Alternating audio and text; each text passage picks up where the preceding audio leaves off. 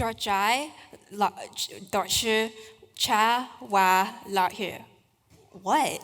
Oh, sorry. That was just Cantonese. What I said was bird, reed, fork, word, rain. And what do all those simple words have in common? I can't pronounce them properly. You might find these words simple or easy to say, but people with speech impediments might disagree. A speech impediment is a physical disorder of the mouth, tongue, teeth, or vocal cords. Speech impediments are not a barrier, but actually unique elements of identity. Having a speech impediment is an important part of me and my identity. I'm a Chinese American. I first learned how to speak Cantonese, a Chinese language, and then I learned English. But in Cantonese, you don't use your R's that strongly, unlike in English, so I never properly learned how to pronounce them.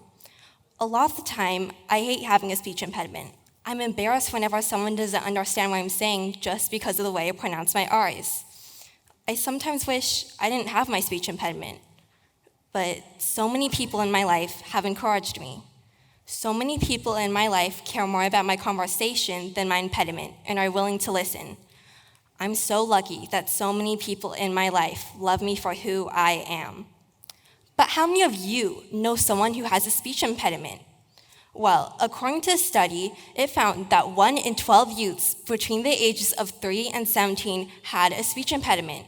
Well, okay, that makes sense, since as children are developing their voice and vocabulary, they can have trouble pronouncing new and unfamiliar words. This can also be because children haven't yet figured out how to move their mouth's muscles, teeth, lips, and jaw correctly. Or, like me, they switch languages.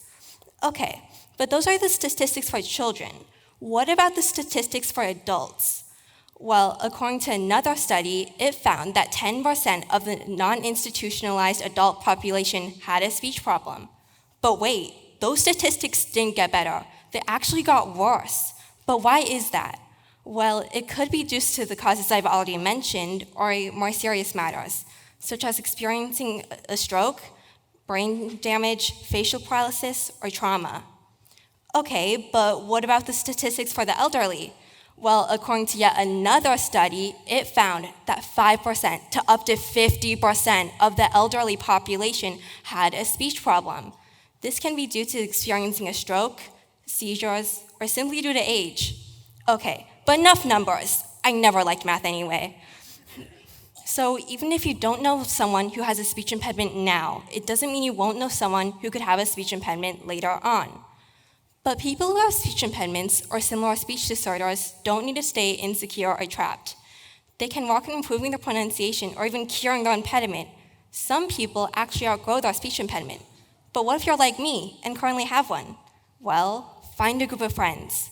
A group of friends who care about you and treat like an equal, no matter what. They'll treat you with kindness, respect, honesty, and patience. Going to speech therapy or just talking can also help.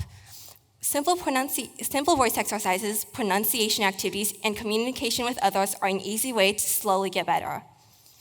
Speech impediments are not a barrier, but actually unique elements of identity. My speech impediment isn't some burden or embarrassment, and neither is anyone else's. It's a part of who I am. Sure, the speech impediment is still there, but I know that someday I'll improve even more. With the help, support, and kindness of my teachers, friends, and family, I'm happy and confident in who I am. But what can you, yes, you out there in the audience do for people who have speech problems? Well, just be there for them. Simple as that. Please, don't be condescending just because of the way they sound. Let them finish their sentences. Let them take their time. Let them know that you're there for them. Please, be patient with those who struggle with their words. And if you know anyone who does, make sure that they know that you appreciate them and that you care about them, regardless of how they sound. So, I challenge you to think differently. I don't have a speech impediment because I'm dumb or stupid. It's just because of the way I sound. After hearing my story, I hope you have a better understanding of those with speech disorders or similar speech impediments. Stay respectful and kind. Thank you.